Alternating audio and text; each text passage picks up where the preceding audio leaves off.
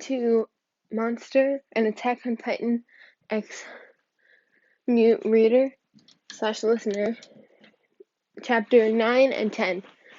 Without further ado, let's get started. Darkness. Darkness was all I could see. Everything, sound around me, sounded faint.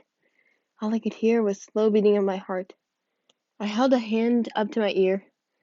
Sounds of boots hitting the ground, circling around me. I listened closely once more. My eyes quickly widened. 3 footsteps coming my way. Then I took a deep breath, red waves of smell coming from into my nostrils. I could make out the figures running towards me. One to the left, one to the right, and one attacking from behind. They were all attacking at once. I concentrated hard to predict their moves. The one from the left is going to attack first and try and throw a punch. Just as I predicted, a figure threw a punch my way. I dodged it quickly with a duck and used my legs to sweep him off his feet, making him land harshly on the ground. The one on the right will attack next and try to hit me from the left.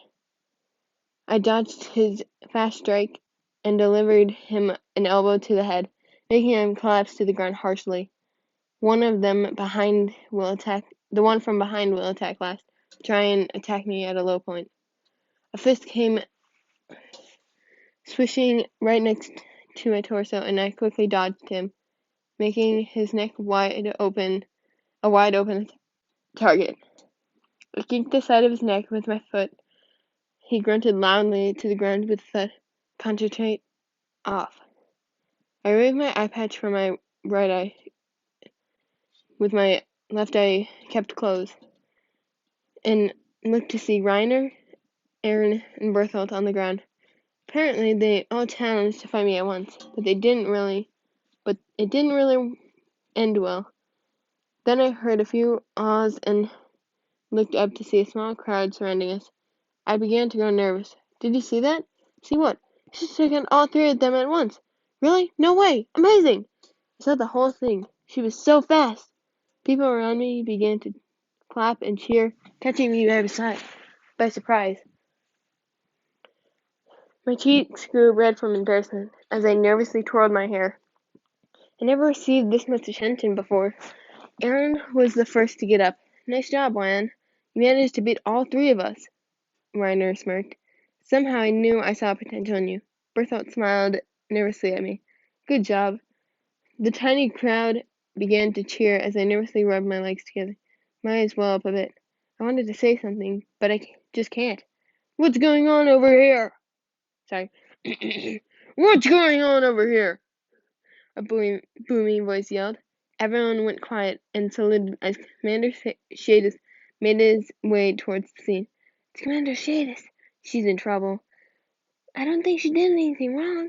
I immediately tensed as this tall figure approached my slightly small one.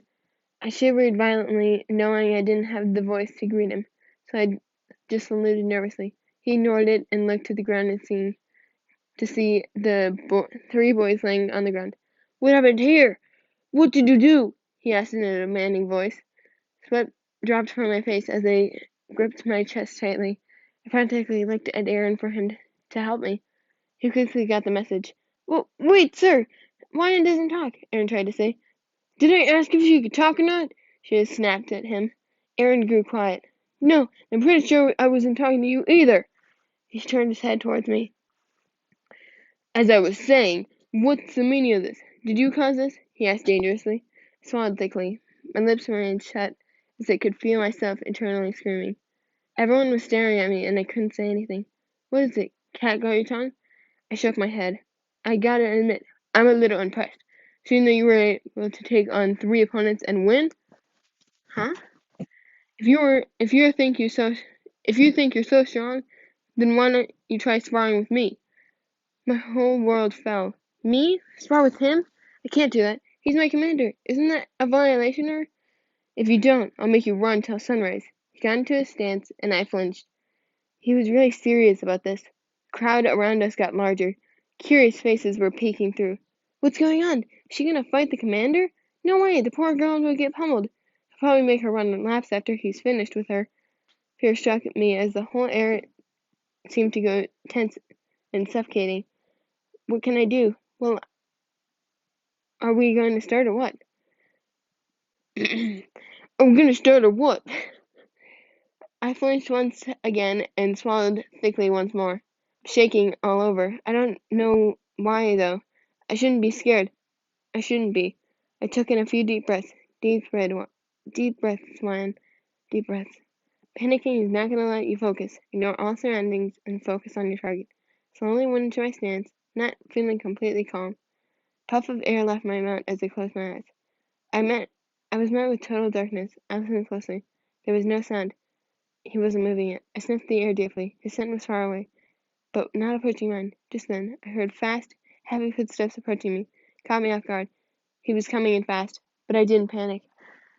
I needed to catch onto his scent. I sniffed the air. His scent was coming fast. He was almost near me. Just then, a fist swung at me, which I quickly dodged. He kept throwing punches at me, making it harder to dodge. His swings are a little faster than the others, but I can still predict his moves. After dodging a couple, Shadis kept trying to sweep me off my feet, but I jumped in order to avoid it. That's it. He's gonna swing at me a few more times before trying to take me out off the leg, trying to find a way to counterattack. Just as I was thinking, I got punched in the face hard. I was too deep in thought. I forgot about his swings. I fell to the ground and gasped around to the ground. Lion! I heard Aaron call my name. Mikasa and Armin wore worried faces. Oh crap, she really is gonna get pummeled.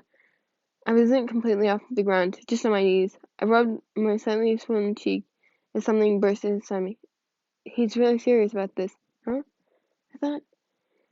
I slowly got up and faced him with a glare. So be it. I quickly rushed toward him, catching him by surprise. He tried to stop my dash with his fist, but I ended up dodging it. One punch after another, and one kick. I was dodging every move. I sniffed the air once more. He's really getting tired. He can't get this up. He threw a hard swing at me, and was able to duck down. Right then, there it was. My eyes widened, an opening. Before Shadis could launch another move, I swung my leg hard against the side of his neck, making him grunt. It was so hard it sent him flying. He landed on the ground harshly, a few feet away from me. He let a few angered breaths as it slowly turned gone. The feeling inside me was disappearing, and I felt myself turn calm and collected. Everyone stared at me in absolute shock and wondered why. Then reality hit me. I've just beat Commander Shadis. Chapter 10. I can't believe it. I won, but this is also bad. What if he gets madder? You did it! My thoughts were interrupted by someone engulfing me in a giant hug while spinning me around. I looked around to see that it was Aaron hugging me tenderly, but it soon became tighter as Mikasa and Armin joined in as well. A crowd of cadets began to cheer and clap while I heard compliments from some people. I didn't know if I should feel accomplished or scared out of my mind. Corner of my eye, I could still see the commander, still on the ground, feeling terrible.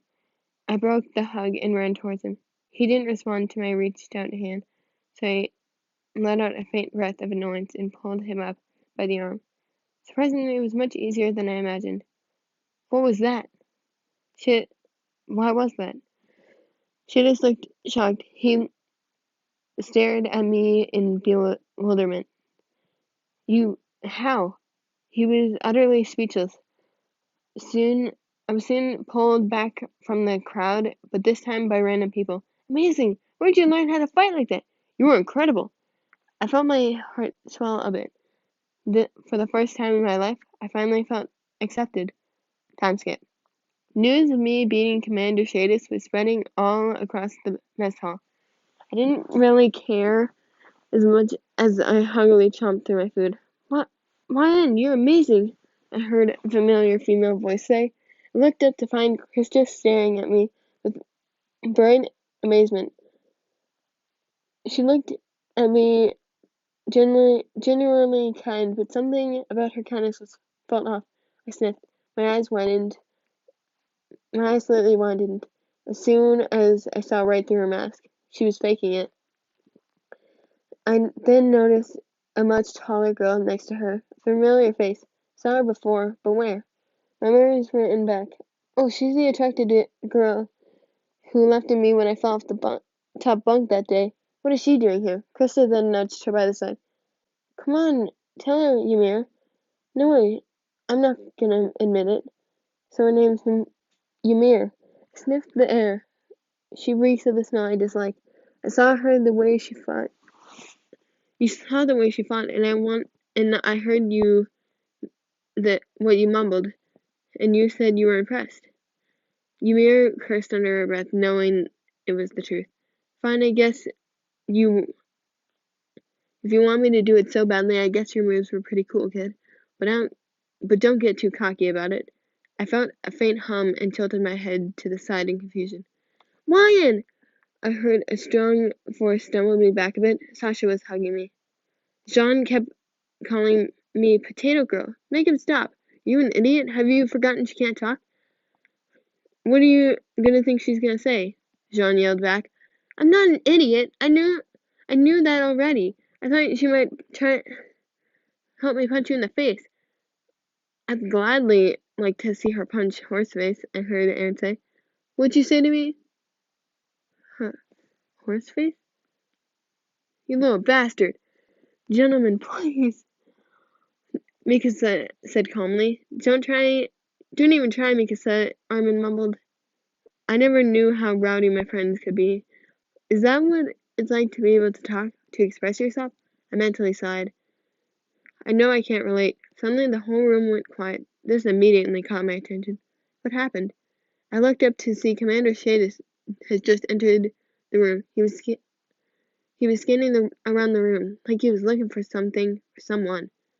Were my friends too loud? Are they gonna get in trouble?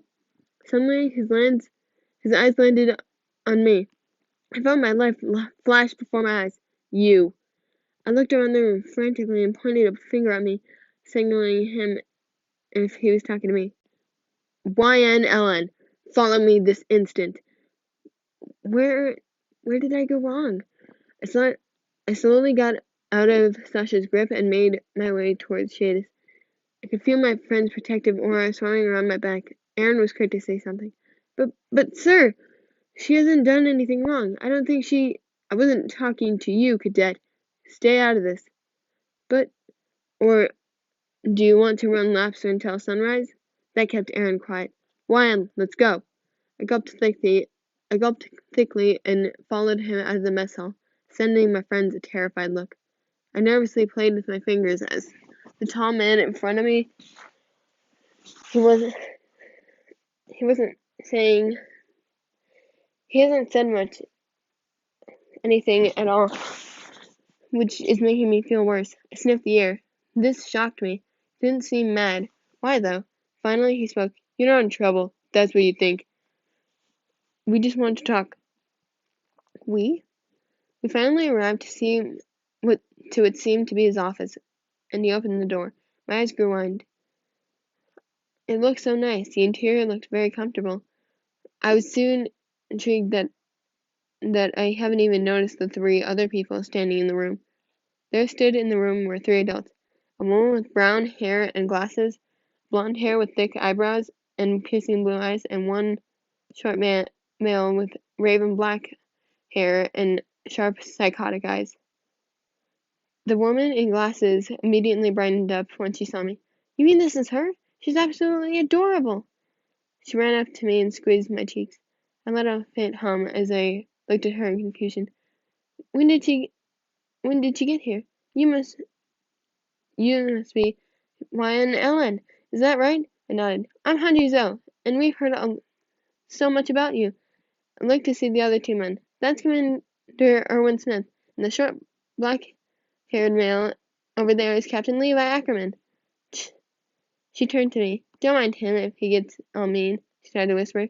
I heard that shitty glasses. I'm just giving her a warning. I slipped out of Hanji's grasp and made my way to the desk. I ran, my hand through the dusty wood. The blonde-haired male seemed to watch my every movement. I then found myself laying my head on the desk. "Oi, sit up straight! Respect your commanders," I heard Levi say. "It's okay, Levi. Make yourself comfortable. That's all right with you, Shadis." I placed my chin on the desk and found all eyes on me. They looked at me a bit confused as to why I wasn't saying anything. "Are you okay, Ryan? You haven't said anything in a while." Hanji was the first to ask. I slowly lifted my head and hummed a bit, staring off into the distance. Erwin finally caught on to what was happening. He looked towards Shadis. "Is she mute?" He tried to ask in the most quiet voice ever. "Yes, I heard from the other cadets that she is." "What?" Hanji yelled. "Oh, you poor thing! Hanji, quit that. I'm only comforting her." I lay there helplessly in her arms. "But even if she is, she can prove to be very helpful.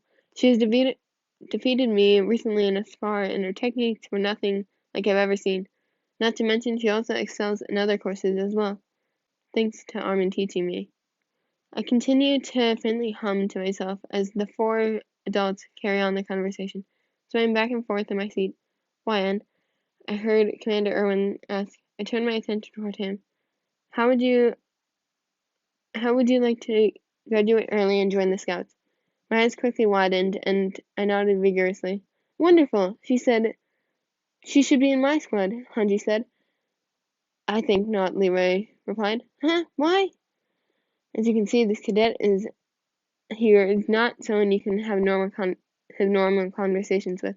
She needs to be kept an eye on. I'll make sure to watch her." "I can do that." "Sorry to say this, Hans, but Levi is right. She needs to be put in a squad that can fit her strengths and needs," he continued, "which is why I'm putting her in your squad, Levi." Levi flinched a bit. "You expect me to take good care of her?" "Hell, like I have time to babysit." "Blah, blah. Expect you to take good care of her. Hell, like I have time to babysit her. Can't you be put into another squad?" "You're here for a reason, aren't you?" "When, in a few days, a carriage will come take you up